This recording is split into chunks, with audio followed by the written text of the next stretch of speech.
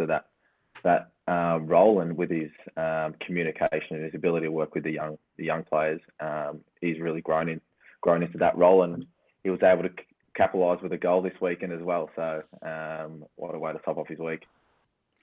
A great way to top off the weekend. For those of us that weren't there, can you describe the goals? Because they were both scored by defenders. Were they from set pieces, or did they just sneak forward and chance it? What happened there? Yeah, so the first goal, we managed to nick it high. The ball went out wide to Jamie. He crossed it in, and it fell to his feet, and he managed to score a rocket top left corner. And then Banner's goal came from a corner, and he managed to head it down into the bottom corner. So he was itching to get a goal all game, and he finally got one. Perfect. The second half. Yeah, and Kingston did score in injury time. Did it set up a nervy finish, or did you guys feel comfortable that you could hang on? I think we felt pretty comfortable. That whole game, we didn't really come get too much pressure defensively wise. I think our main focus coming into the week was just try to be as solid as possible. We know we've copped a lot of goals early into the year, so we wanted to be as solid and compact as possible, and actually make that a focus during the training during the week. And I think it was a testament to the boys, and especially Matty Spells coming into the lineup with the departure of Morgan. I thought he stepped up really well, and Banner was able to help guide him through the game, and our whole back four was brilliant. What happened behind the scenes? Why did Morgan decide to go? Was that just because of the coach moving, or was there just of course we're not going to reveal all the things that go on in the dressing room, but that was a bit unfortunate, wasn't it? And I guess what it has done has now opened up an opportunity for a young player like young Stosic to come up through the ranks. But was that sort of a little bit unsettling for the team? I guess it's not easy when you lose one of your key focal figures in the back line for reasons that I'm not 100% too sure whether he was looking for a change, or the travel coming from wherever he may have been too much for him. But he has his own reasons, and we respect that. But as a playing group, we've got to move on really quickly, and it's a great opportunity, like you said, for Matty to come in and prove a point, and he definitely did that on Sunday. Very good. Now, on a goal scoring front, I believe you've got 3 goals in 9 appearances this season yourself. Are you hoping to get moved up to the striker position at some point during the season? I'm hoping to get a few. If I can get a few more games under my belt and not have to come off at 60 minutes due to being sore in the legs, that would be nice. But yeah, like you said, lucky enough to get a couple goals in the recent weeks. So looking to put a few more in the back of the net. And just on that as well, how's the body holding up so far to the rigours this season after the year off last year? I guess obviously it was a tough start of the year. Obviously coming off a long period off doesn't help. But I guess it's also knowing your body. As I get older, I've got to be more cautious and be able to manage yourself a lot better, which I think I'm slowly getting the hang of. Obviously every minute and as much as you can, but you also got to manage yourself, and working closely with Beggs just to make sure that I'm ready to go every weekend. Now we've got the coming up in the next couple of weeks. We're not yet sure. It hasn't been announced exact dates, but the big FFA Cup game against Avondale FC. Now last week, or the last game that was played, it was against Elcho Park midweek, where you guys absolutely destroyed State 1 opposition. Now it's a flip side. It's NPL 1 opposition. Do you find these midweek games just awesome? Do you look forward to them, and you sort of feel like a professional footballer with the tempo of midweek, then weekend, then midweek? Or do you find it just a real big pain in the butt and something that you don't need at the moment? Look, I think you can look at it both ways, but for us as players, we love to play games. I'd much rather play than train, that's for sure. And I think it's just good for the community and for the supporters to come down for an extra game during the week. And like you said, you can play anyone. So that ability to not just play anyone in your league is a bonus. So coming up against a tough Avondale squad, but we shouldn't fear anyone, especially coming down to Elcho Park. Yeah, definitely. Well, the weeknight games are good for us because it was the first time I actually got out to see North Geelong out at Elcho Park this season on that Wednesday night against Geelong Park, so that was quite convenient here. But has the group started to look ahead to that fixture and what sort of tactics you might be able to employ against Avondale? I guess at the moment, a straight answer would be no. Just obviously with everything going on in the recent week, we've just sort of taken it week by week. But I think it is in the forefront of everyone's mind, especially players. We do look forward to coming up against tough opposition, and it's no secret that it's a quite a track down to Geelong. So for them to come down to us, we're going to make it as difficult as possible.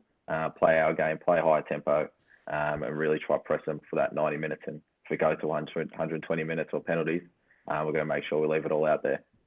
Well, I tell you what, I mean, let's dream a little bit. And if the Warriors were to defeat the Avengers, that would make it one game away from national exposure, ending in the final 32. I mean, if we like I said, if we just dream for a minute, gosh, what would that mean? That would be massive for the club, for the players as well. And surely, you'd hope that if it did get to that stage, you'd have a big game here in Geelong. We'll be looking in front of several thousand people. Wouldn't that be an experience and a half from a player's point of view? Yeah, I think so. You only saw a couple of seasons ago when we played Geelong, the exposure you get from these big games is massive. So I think if we were able to progress through the next round, we know how big North Geelong is, but just getting that exposure out there and getting all the fans down there, and we haven't been quite fortunate enough the last couple of years in the cup to make a decent run. So we hope to give it all and try to get through to that next round, because being so close, you don't want to try to let it slip.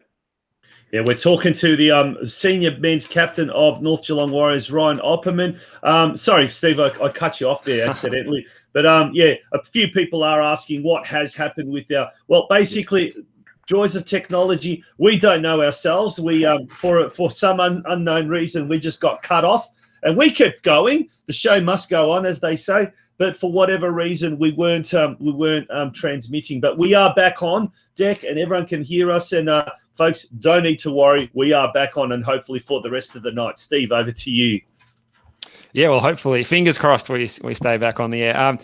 You mentioned that game against Geelong a couple of years ago, or those two games. What was it like playing in those games? From being there, just an onlooker, it was crazy scenes from our point of view. But what was it like being out in the middle with those big crowds there? I guess the first game being at home was unbelievable. It's really set the tone for both away and home fixtures. Coming out to thousands of supporters chanting, it really gives you goosebumps. But I guess once the game does sort of start, you try to block it out as best you can. But I mean, you only saw the exposure it did give that Geelong sort of regional football, and a lot of players love to play in it. So me personally, there's nothing better than playing in front of a big crowd. And everyone getting behind you. So there was that rivalry there, and hopefully we can get back to that in the near future. Right, and I think one of the things that really stood out for me from both those games, the one, especially the one at Elcho Park, because that was so early in the season when the other leagues hadn't yet started, but was the coming together of the football community. It just seemed to be like one of those big parties where everywhere you turn, there's someone else from another club.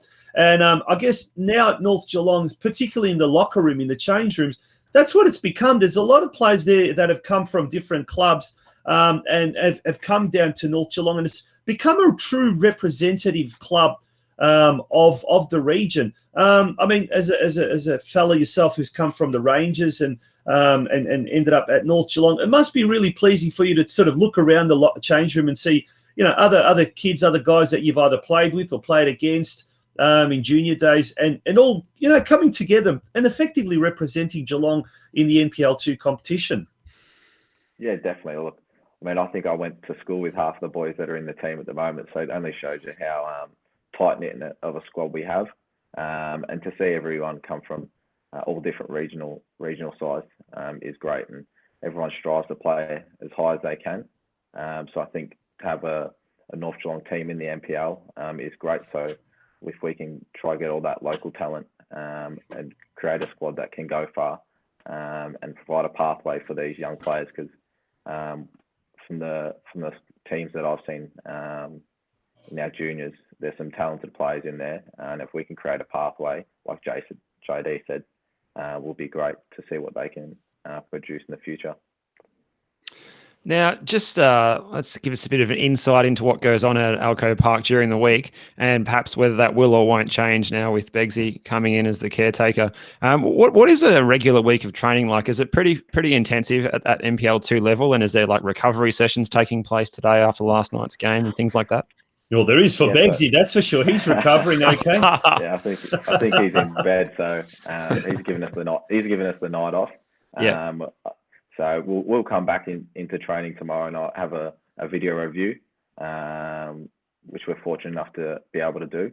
That provides a good insight to how us as players are playing, and it really puts ownership on and accountability on everyone, which we try to do in the team. There's no hiding from any video, which can be daunting at sometimes, but it puts onus on each player to grow and improve. And then obviously our trainings are quite intense. We have mini competitions going on, so it's always a highly intense and can be pretty frustrating training with the amount of individual battles going on, people fighting for spots. So it can get pretty intense, but that's the way it should be. Personally, I love it. Absolutely, especially at that level. Now, you've I guess you're one of the veterans, you're the captain, you've been there for quite a while, but there's a lot of exciting youngsters coming through the ranks. I'm looking through the team squad, and players like Daniel Sarah, George Ellis, Jamie Nogler, who seems to have been there forever and a day, but is still only a young fella, Luka Jurkovic, Luka Skoka, and you mentioned Matty Stosic stepping up as well. I'm sure I've missed a couple of other young players there.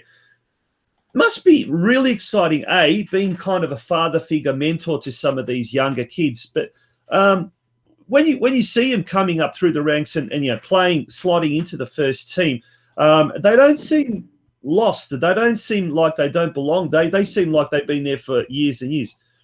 What's it like being in that role of being able to sort of positively shape a young player's future or his football, so to speak? Yeah, look. Being a leader at 26, it can you don't normally see it, I guess. But myself, like I spoke, Banner, Cozzy, and Hamish, we've sort of tried to take these young boys under our wing, and Banner taking the defence, myself taking the midfield with Cozzy there as well, and taking the forwards. We're looking to sort of guide and grow these players into their own players they want to be, not trying to mould them into something they're not. Each player has their own way of playing, and we don't want to lose that. So we don't want to take away their freedom. So just being able to guide them through games and understanding moments within games and giving them the best experience they can get out of a game is something that we look to grow to each individual, and that just comes from training purely and getting out on the track early, which we try to set a real tone for each other and accountability. And is there a bit of a fine system that goes on? Are you likely to cop any financial punishments for anything that's been said on the show tonight? Potentially. I'm trying to drop as many names as possible, so I'm not the only one putting the money into the piggy bank. So, but we'll see. There definitely is, though.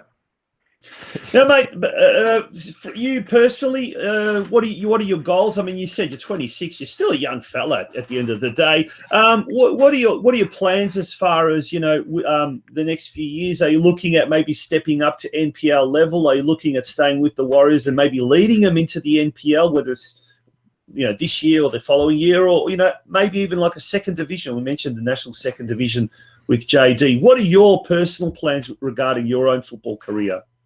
I guess I've been fortunate enough to play in Melbourne for a long period of time. I was at Richmond when we were back in the VPL days, so that's where I started my senior career.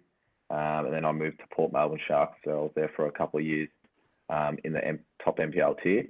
Then coming back to sort of North Geelong, my personal goals I would love to see North Geelong be at the NPL 1 competition, and being able to guide them from a leadership standpoint into that division would be my personal goals, and being able to see a Geelong team in that top tier and potentially that second division, if there is something to benefit out of that in the future. But that's my sort of long-term to short-term goals is seeing us move as high as possible. And then after you finish playing, is coaching perhaps something that might interest you, or something else relating to football?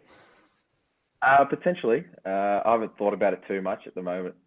Just trying to focus on soccer, but that is definitely something that has crossed my mind. But we'll see what happens out of that. We're just having a look at the ladder there. North Geelong currently 9th position on 9 points, but only two wins away from being in that, top 2, I suppose. So that starts off with this weekend, very important game against the top team, Brunswick City, who, we've said that they're a little bit wounded after dropping points against lowly Manningham United. So it all starts this weekend, Ryan. We're wishing you all the very, very best for Saturday's game. The Avondale FC FFA Cup clash coming up as well, and obviously the rest of the season. But it should be a thrilling finale to the season, and just watching those young players really come good. Fingers crossed, injuries will be kept to a minimum, and the Warriors will be fighting for a promotion spot come September of this year. Mate, all the very best for joining us tonight. Appreciate that, gents. Love the work. Keep it up. Good on you. Thanks, Ryan. RYAN OPPERMANN, he was our guest tonight, representing the North Geelong Warriors senior team. He stepped in for Stuart Beggs, who was not available tonight due to illness. It's only a cold, folks. It's only a cold. It's okay. We're not going to get shut down or anything like that. But, mate, very interesting insight and some good answers there. Really getting a behind-the-scenes look at what makes the North Geelong Warriors senior men's team tick. That's a big... Yeah, that's a bit of a tongue twister, isn't it? Yeah. No, Ryan, very thoughtful guy, isn't he, with his words and what he had to say there. So you expect nothing less from the captain of NPL 2 side, North Geelong Warriors, and he certainly delivered there. Yeah, absolutely. Now let's go through the rest of the roundup or the week. We've got a heap to get through. Let's start off, mate, with State League 1, and let's bring up the ladder first up, and let's go through some of those results in State 1. We've also got a little bit of footage from State 1. Yes, we do. So State 1, I feel thrown here that we're doing the results at this time of the night. It's a bit of a strange feeling, but we've got some good news for everyone regarding local clubs in State 1, because Corio has gone to McIver Reserve in Yarraville. Backs to the wall sort of stuff. Come away with a 2-0 win, Corio. Goals to Lorenzo Princigali on 78 minutes, and a minute later, Vedran Stojanovic scored there, and you can see the celebrations there, courtesy of the great man. You can see him in the comments, Santino Mamone. Thank you for getting this clip for us, and the jubilation there is very evident on everyone in that room. Yeah. Now the reason it's actually silent, we've made sure that the I reckon people can guess why it's silent. Yeah. The reason the audio has been omitted is because there were a couple of choices. We're still not yet at 8:30, so it is a lot of children watching this show, no doubt. But it was great to see the jubilation on those people's faces, on the players' faces. Really, really good to see. Look, not many people would have expected Corio to do well there, going to McIver Reserve. And Yarraville have been doing really, really well. But, Prince Agali in the 78th minute, and that man Vedran Stojanovic in the 79th minute. I'm going to try and pronounce this. Anagnosopoulos, he scored a consolation goal in the, I think it was the 94th minute, but who cares about that? The most important thing is that Corio won, and look at that, one win, and they straight away jump up about 3 spots up the ladder. So well done to Corio for achieving the first one. Let's go quickly through some of those results, mate. So that was 2-0 though, that one. Actually, it was 2-0, not 2-1. So that's what I had there. So the other results, that's strange. So I don't think that there was any nerves at the end with that 2-goal cushion. Yeah, just the other results there. Sydenham Park. Sorry, that was a caution. That was a caution. It wasn't a goal. I'm looking at the wrong. It was a 2-0. I stand corrected. Well, you did well to pronounce that name as well. It wasn't. That's the only reason. I wanted to have a go pronouncing that name. Show off your pronunciation skills. Other results in that one: Sydenham Park 3, Whittlesea United 2, Keilor Park 3, Banyule City 2. Caroline Springs, George Cross 2, Essendon Royals 0, Altona City 1, Brimbank Stallions 0, bit of an upset there, and Fitzroy City 0, Clifton Hill 2. And we'll go to those fixtures for next weekend. Yeah. And Corio, they're at home at Hume Reserve next Saturday at 3 o'clock, where they will play Sydenham Park, who are 4th place there, as you can see on the table. Yeah, that should be a good game, that one. Yep, at home. That's it. Yep. So we move on to State 2, where the news wasn't as good for Geelong Rangers, who went to Epping and played Epping City. They had Max War sent off on 89 minutes, and it was a 1-0 defeat there. So Epping City getting the 3 points there at home in State League 2 Northwest. You can see the table on your screen there. It leaves Rangers in 10th place on 8 points. So they're still only a couple of wins away from a sharp rise up the table if they can just turn things around and find the back of the net in the next couple of weeks, perhaps. Yeah, round 9 fixtures, Laylaw United at home to Westgate, Moreland United taking on Hoppers Crossing. Some big news about the Hoppers Crossing and Geelong Rangers game a little later in the year. That is yet to be, it's virtually confirmed, but it is going to be actually live streamed. So that's something to be looking forward to. That's July, I think, 16, something thereabouts. Mill Park, taking on Albion Rovers, Western Suburbs at home to Altona East, Hume United at home to Epping City. But the big one that involves our Geelong club, Geelong Rangers, they are travelling to Strathnaver Reserve to take on the table toppers FC Strathmore. Should be a tough game, but look, the Rangers will go up the highway with nothing to lose and everything to gain. So will be interesting to see how they fare against FC Strathmore, who have been a pretty darn good side this year. They've been very good. I think the only little glitch they had was against Hoppers Crossing from memory. Yep. Yeah. So look, maybe Geelong Rangers can be buoyed by get a bit of inspiration from the effort by Cryo. Getting that result on the road last week against a highly fancied opponent. So who knows? Anything's possible. And I'm sure Rangers will take that mentality on their road trip to Strathnaver Reserve. That's another hard one to say. Yeah, one side that is struggling, unfortunately, is the Bannockburn-based Golden Plains. They went down to Gisborne 3-1 on the weekend, and they occupy second last spot on the ladder there. But all eyes was on the big derby that was happening at Bell Park, and that happened. And that was a great game that happened on the oopsie daisy. There we go. There's highlights from the weekend just gone by. That's Johnson Long scoring that volley there. That was right before half time. Jasko Ikanovich had you went to this game, so take us through this game, mate. Yeah, I was there, and it was an exciting encounter and a great crowd in attendance on a cool afternoon there. But Jasko Ikanovich opened the scoring for Surf Coast, so that was a bit of a silencer to the home crowd, and then it was good timing of that previous goal that we saw because it was right before halftime, and this was the winner. This was in about the 90th minute or there, near enough too, and it was Alex Lopez scoring that goal there. So a beauty, and you can see the celebrations. It was a stacks on. Scenes of jubilation there. Thanks to Tony Hayes, the coach of Bell Park, for providing us with this footage. It's great to see. Great to see the clubs. A lot of the clubs really improving their what's the word? Their performance when it comes to their media work, their social media work, and kudos to all those clubs that are doing a ripper job at the moment. And there's so many of them. There's the ladder. Next week sees Golden Plains hosting Westside Strikers. So it's going to be a case of 11th versus 4th. That game on Saturday at Bannockburn Recreation Precinct. We've got Spring Hills hosting Surf Coast. That's at Springside Recreational Reserve, also at 3 p.m. And then we have got the big game is, of course, the Gisborne will be hosting Bell Park, and that's at Dixon Field Reserve. Beautiful part of the world, Gisborne, I'll tell you what, but it's not going to be very beautiful if Bell Park. A bit chilly this time of year though, but it is a nice place to visit. Yeah, it is, but it's not going to be a beautiful place for the All Whites if they don't come back with all 3 points. Because look at that.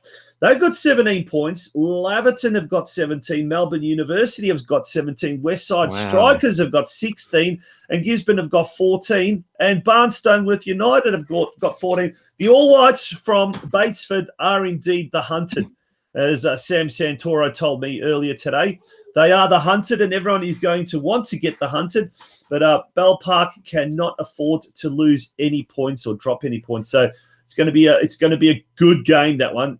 Steve? Yeah, it was a bit of a surprise because Laverton had led from go to woe so far, and then they lost 3-1 to Westside Strikers on the weekend. So there you go. That gave Bell Park top spot there on goal difference by one solitary goal. And last but not least, in this State League men's competition, we're turning our attention to the mini Geelong League, State League 5, and let's go through some of the results in State 5.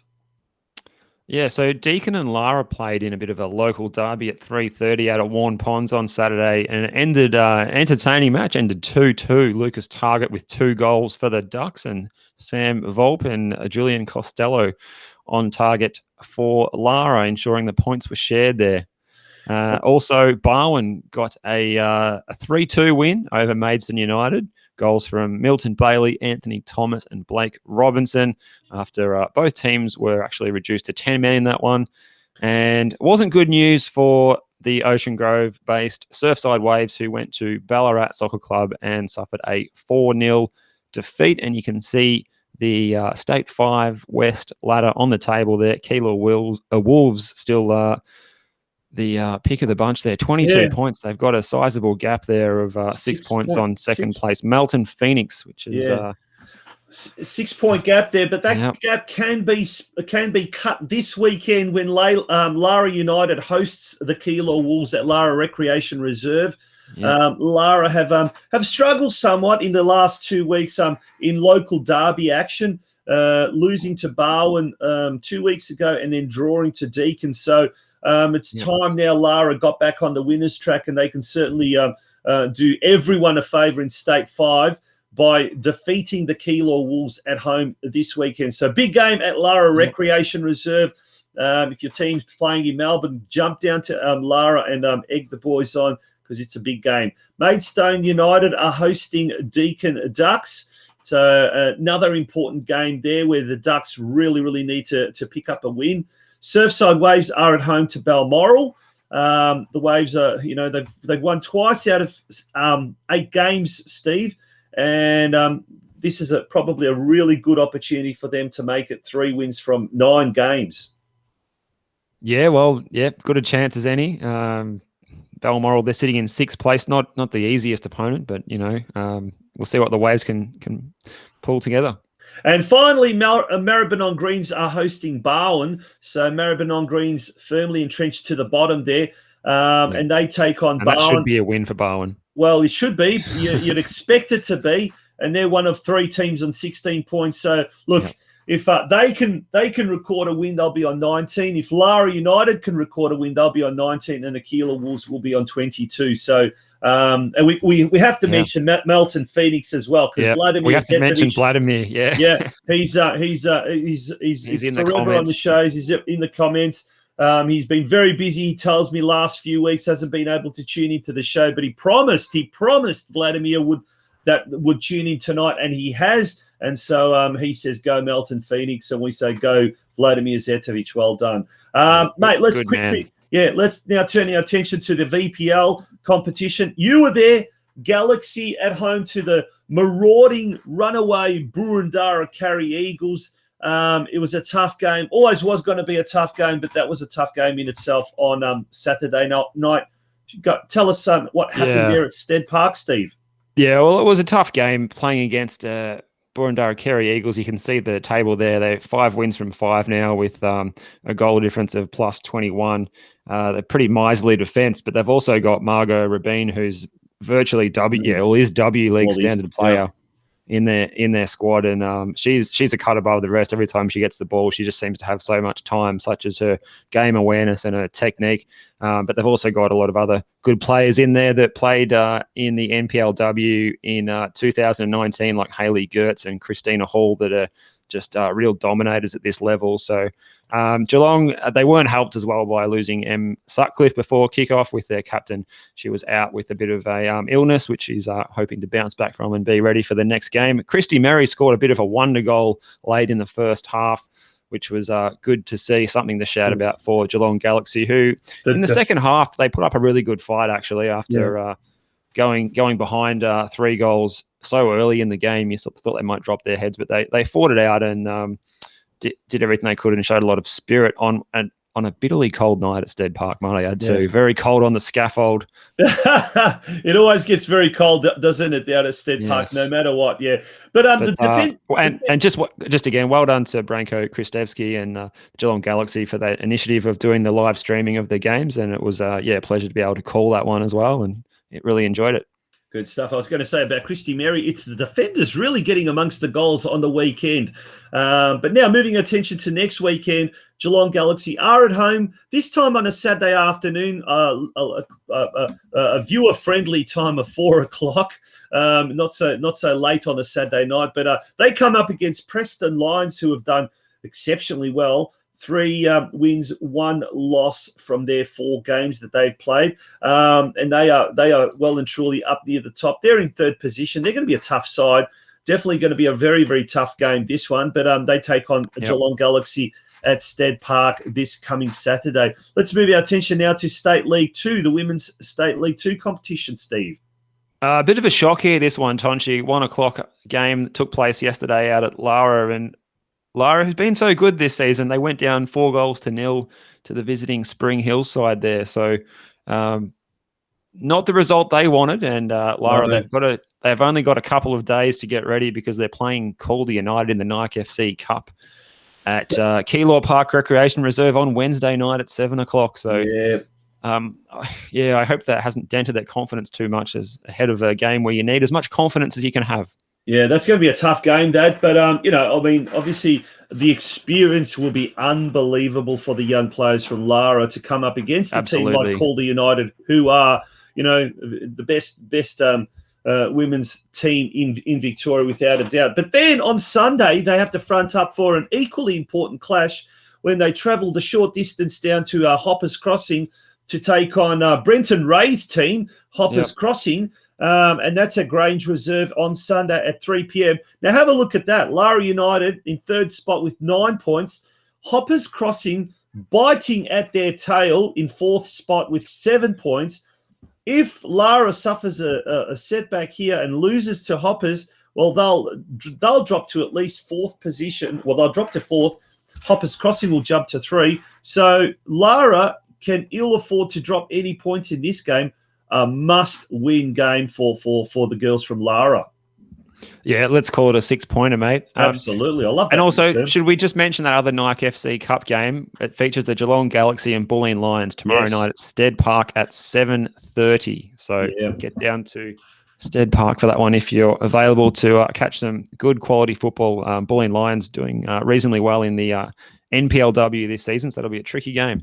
Yeah, and finally, we're looking then at the Women's State League 3 West competition, and the Geelong team here is just going from strength to strength to strength to strength. The North Geelong Warriors sitting pretty on top of the competition standings there. They took on Caroline Spriggs George Cross, who had won 3 games and only lost 1, and they were desperate to get a good result. Unfortunately for George Cross, they came away with nothing to show. But North Geelong, on the other hand, and we've got a little bit of footage from that game, so we'll play some of that footage while we talk about the that competition. North Geelong doing kudos really to the well. Cameraman here. Yeah, whoever that was. Let's go through the results, mate. The result of that one was North Geelong Warriors 4, Caroline Springs George Cross 0. 2 goals to JADRANKA ERCEG, 1 to Marcela Fierro, and 1 to Olivia Ortiz. North Geelong Warriors looking really, really dangerous at the moment. 5 games, 5 wins. And on last night, on last night's Football Out West show, we had a post-match interview with Mark Gauchi, who was the Caroline Springs George Cross women's senior team coach. And he said by far this was the best team that they'd come up against, the most well-drilled team. And look at some of the action there. What I want, that was one of the goals. That was, I think it might have been the 2nd or 3rd goal there. But what is really evident by this little bit of footage is just the aggression and the strength and the power that these girls employ when they're coming up against another player, an opponent. And we'll just keep this rolling, and we'll just see some of the action. It's absolutely great to watch. It might not be as fast as the men's game. It might not be even skillful. But I tell you what they lack in speed and tenacity, they make up in or speed and skill. They make up in tenacity and aggression. I tell you what, some of these girls, you don't want to come up against them shoulder to shoulder. And here's a couple of good pieces of action late in the second half, when the Warriors just sort of really threatened to run away with the game. But look, at the moment, looking very, very strong, the North Geelong Warriors team. Straight after the game, we caught up with the double goal scorer, JADRANKA ERCEG. And as soon as this is over, we'll go through that and we'll see some of the things that she had to say. But there she is, number 31. And then there's a little bit of action coming up here. Now, look, keep an eye on the number 23, Louisa Kump. Okay, watch her. This girl, we've had her featured on the show before. She can really cross it in, but watch the level of aggression here. Going hard for the ball, shoulder to shoulder with her opponent, does not give up. Look at that. Look at that. That is stuff that some AFL players wouldn't be too shy away to. That's brilliant. That is absolutely fantastic to see that sort of football happening. And this is pretty much the last kick of the day. JADRANKA ERCEG taking a penalty shot there. We'll stay with this.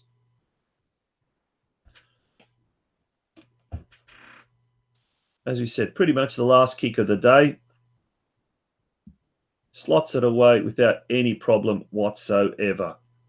JADRANKA ERCEG, the double goal scorer of today's game against Caroline Springs George Cross. Danka, how was it? It was a good game. Started off with some pretty tricky conditions. Started pouring rain in the middle of the game. First half. First half, we had a few things that we wanted to correct, so when half time came, we had a good chat about it all. And come second half, we were able to put all those things in practice, scored another 3 goals, like the team did. Really happy with the result, happy with the win, and all is good. So far, played 2 of the toughest teams in the league, Avondale FC and Caroline Springs George Cross, and on both occasions have come out triumphant. Can North Geelong Warriors senior women's team be the Invincibles this year and go through the season undefeated? That's the current aim. We like to think that we can. So we'll see what happens, but we've got full faith that we can do it. And looking ahead, next season, probably State 2 or who knows where. You personally, you're happy with your form? You're looking forward to the next few years with donning the red, white and blue? Yeah, certainly. We'll give it all I can until my body stops working. But no, there's a lot of young girls coming through the ranks, which is fantastic. So I like to think there's quite a few years for us girls to continue to grow and see what we had. You heard it first here on the Geelong Region Soccer News. Danka's staying put for the time being. Good on you.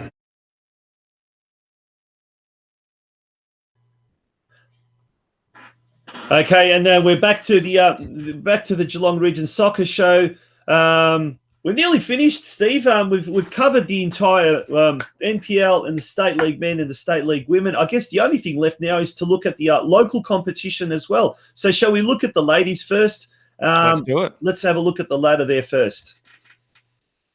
All right, there's the ladder and the results that we had on the weekend just gone by. It was round 5 in the local competition. We had some big results there that happened there. It all started off on Friday night at Grovedale Reserve when Barwon took on Armstrong United. Yeah, let me just get these slides here. They've just taken off on me and done a bit of a runner here. So we've got, round 5 results. So Barwon and Armstrong United was a 4-1 win to Barwon. Drysdale 1, Deakin Ducks Black 2. Surf Coast 0, Geelong Rangers Development Squad 1. No result recorded between Barwon Heads and Deakin Ducks Gold. So if anyone knows that, or if you know that yourself, Tonchi, I couldn't find it anywhere. Pop that in the comments if you happened to be down at the Barwon Heads Village Park on Saturday and caught that result. And the final result across as though it was 1-1. I don't know if that is confirmed, but that's what it's saying, that it was 1-1. Yeah. So that's Barwon Heads 1, Deakin Ducks Gold 1. Yeah, and this was the surprise result. If anyone was at this game, let us know how that transpired. But well done to the Geelong Rangers, their senior squad as opposed to their development squad. They had a 10-0 win over Geelong Soccer Club, who's previously been dominating the league. So yeah, you don't big often see result, a top of the table team getting done by double figures. Yeah, whatever happened there, quite a stunning surprise, but it just shows you how formidable the Rangers women are in this competition. That's right. And just quickly, North Geelong, FC Leopold and Cryo Bay all had a weekend off, and they probably appreciated that given the weather on the weekend. Absolutely. Speaking of the weekend, this weekend now, Deakin Ducks Gold host Barwon Soccer Club at Deakin University at the early time of 11:30 a.m. on Saturday. Armstrong United then host the Geelong Rangers. That's a senior women's team, so that's the table toppers. That's going to be a tough game indeed.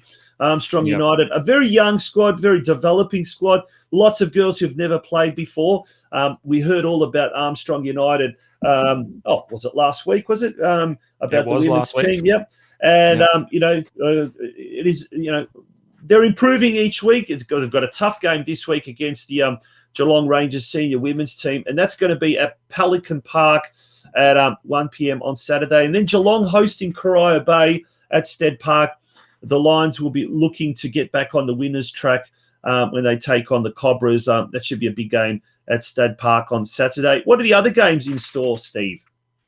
Yeah, also on Saturday at 1:30, Barwon Heads versus the Geelong Rangers development squad. That is at Barwon Heads Village Park. Also taking place at 1:30, North Geelong Warriors versus Surf Coast at Elcho Park.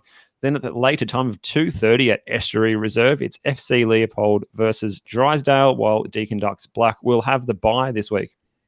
Yeah, and let's now turn our attention to the men's competition. It all started on Thursday night, where Barwon Thursday night football. Could that be a new trend? Barwon and Elcho Park Cardinals played out a 2-2 draw in a icy evening down at Grovedale Reserve. And look, perhaps we'll see these Thursday night games again. I'll be interested to hear what people's thoughts are on that. Put those in the comments. Surf Coast 2-1 winners over Drysdale on Sunday. FC Leopold went down by 2-0 against Corio Bay, and Geelong Rangers went down 2-1 against Armstrong United. So, well done to Dale Walker's side there, one of our guests last week, along with Lucas Ellis. So they got the win there, Armstrong United, and Bell Park, they had the weekend off. Yeah, so that's the ladder as it stands now. Barwon and Elcho Park Cardinals remain undefeated. And now looking ahead to this weekend, Friday night, traditional Friday night football at Elcho Park. Elcho Park Cardinals. It's a recent tradition. Yeah, it's a recent tradition as of this year. Elcho Park Cardinals taking on Surf Coast FC. So it's third versus fourth. Both teams look well. They've both got 9 points, in fact. So this should be a really good game. And then all the action moves to Sunday afternoon when the region's two newest clubs, Steve, do battle at Pelican Park at 3 p.m. when Armstrong United hosts FC Leopold. So that's another good game where it's 5 versus 6. So 3 versus 4, 5 versus 6. What are the other games coming up? Yeah, well, from two of the newer clubs, two of the older clubs, that's Bell Park versus Geelong Rangers at Bell Park Sports Club, 3 o'clock on Sunday. And at the same time as that, Corio Bay versus Barwon at Evans Reserve, while Drysdale have the bye. Yeah, so looking ahead now, and that's what we're looking ahead. I guess that is it for pretty much tonight. I tell you what, we've got through pretty much everything, and there has been a lot to get through tonight. So it has been a good program. Thank you to everyone for joining us tonight. It's great to see. Great to see so many people tuning in from different clubs. That's one thing I've really noticed, and really appreciate everyone joining us tonight. Thanks to Harcourts. They were our sponsor for tonight. Very much appreciated. I mean, if it wasn't for clubs like this, and businesses like this, where would we be? So a big thank you to Harcourts. Now, next week, we did promise whoever joined last week as a member, they would have the opportunity to nominate their club, and we would feature their club. It was part of, I guess, an on-air membership drive, if you like. Leonie Smith, big thanks to Leonie Smith. Leonie's been involved with a few clubs over the years, and she nominated apart from the fact that she became our newest member of the Geelong Region Soccer Show. Very much thank you, Leonie. She's nominated, drum roll please, Armstrong United. So Armstrong United next week will once again be featured on our program. So hopefully we might even get some footage of the Armstrong United FC Leopold game, or even the Armstrong United and Geelong Rangers women's. That'd be great to preview or to showcase on our show next week. Steve, it's been a big weekend. I feel like our weekend's just finishing now, isn't it? It has been, mate. Just a couple of other things as well, just to add to that as well. Today is the Ida Hobbit Day, the International Day against homophobia, biphobia, intersexism, transphobia as well. It's a day to stand with our LGBTIQ friends, family and colleagues and say no to gender and sexual discrimination, because everyone has the right to be proud and be proud to play football and be involved in football. And you still hear things at local grounds still in 2021 that you shouldn't be hearing. So it's an important message for everyone to be educated on this sort of matter and make sure that your conduct is befitting of that as well, so that people can feel accepted at every football ground. And also we saw Football Belongs by Optus Sports come out this week as well, featuring the doyen of football in the region, Roy Hay and Geelong Rangers. So get onto YouTube and check out that video, Optus Sports Football Belongs Scotland. Indeed. And speaking of showing your support, show your support and become a member of the Geelong Region Soccer Show. Visit the following website, www.patreon.com/Geelong Region Soccer Show. It was great to see some of our own members amongst the comments tonight. Joe Pino, Vladimir Zetovic, that we saw as well, Dale Harris, Colin Drain, list just goes on and on and on. Stuart Mallon. I'm sure I've missed a few people there as well along the line, but to all of our members as well, a big shout out. Ryan Horrocks as well. Thank you very much. We really cannot go without your support and the support of all the clubs and the football community here in Geelong. Steve, thank you very much for joining us, and I look forward to having your company next Monday night for episode, well, it'll be 62, won't it?